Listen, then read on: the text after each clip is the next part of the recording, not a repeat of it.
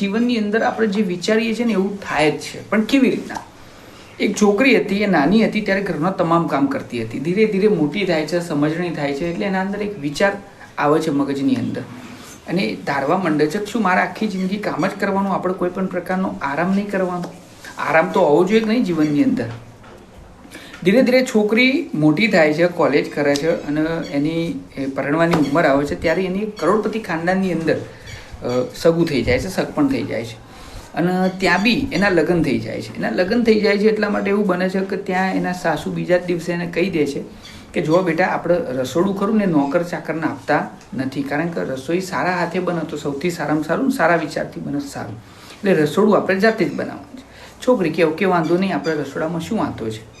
પરંતુ બીજા દિવસે જ્યારે રસોડાનો ચાર્જ એને સંભાળ્યો તો એ જ પ્રોસેસ પાછી ચાલુ થાય છે. સવારના પરમાં દાદા દાદી માટે જ્યુસ બનાવવાના હેલ્ધી, પછી મમ્મી પપ્પા માટે નાસ્તો બનાવવાનો, જેઠ જેઠાણીનો જે નાનો બાળક હતો એમના માટે સરસ નાસ્તો બનાવવાનો, કારણ કે આ બધા ઓફિસમાં કામ કરતો હતો.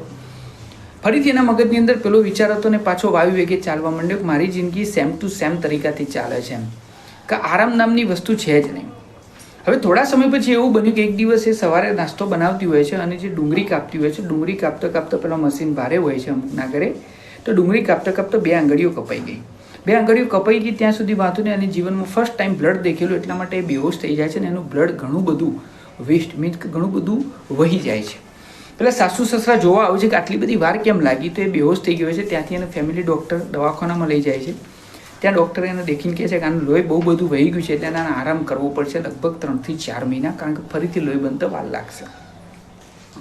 હવે પ્રોસેસ આખી વાર્તાનો કથાનો સાર એટલો જ છે કે સાહેબ, તમે જે વિચારો છો ને એ બધું જ થાય છે જીવનમાં, પણ એ વિચારો છો ને એવું થવા માટે એના પાછળની મહેનત કમ્પલસરી થોડી માગતી હોય છે. અને તમે વિચારો એ થાય જ છે, તમે મહેનત નહીં કરો તો બી થશે, અને આમ કરશો તો બી થશે. તમે વારેઘડી જે વિચાર વ્યતીત કરો ને એ તમારા જીવનમાં ઘટિત થાય છે, પણ અહીંયા જેવું બન્યું એવું. તમે શા માટે વિચારો છો, કેવી રીતના વિચારો છો, એના ઉપરનું રિઝલ્ટ એના ઉપર ડિપેન્ડેડ હોય છે.